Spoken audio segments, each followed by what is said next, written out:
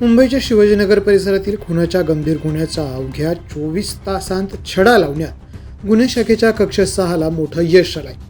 15 जुलैच्या रात्री पूर्वीच्या वादातून आणि अवघ्या 1500 रुपयांच्या कारणावरून रिया शेख या तरुणावर चाकून जीवघेणा हल्ला करण्यात आला होता.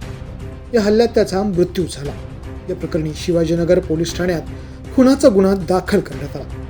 गुन्हा घडल्यानंतर कक्ष 6नं तत्काळ तपास सुरू करत परिसरातील 10 ते 12 CCTV फुटेजची तपासणी केली.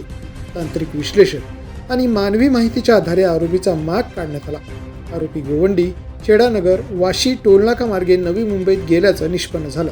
यानंतर 4 स्वतंत्र पथकं तयार करून कॉम्बिंग ऑपरेशन राबवण्यात आलं. नेरूळ परिसरातील एका इमारतीत लपून बसलेल्या मुख्य आरोपी अल्फयाज अब्दुल रौफ शेख याला ताब्यात घेण्यात आलं.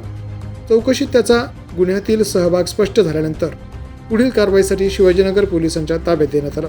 या संपूर्ण कारवाई प्रभारी पोलीस निरीक्षक भरत घोणे यांच्या मार्गदर्शनाखाली कक्ष 6च्या पथकाने तांत्रिक आणि पारंपरिक तपास पद्धतीचा प्रभावी वापर करत खुनाचा गंभीर गुन्हा अवघ्या 24 तासात उघडकीस आणला आहे. संतोना लंगल, मुंबई.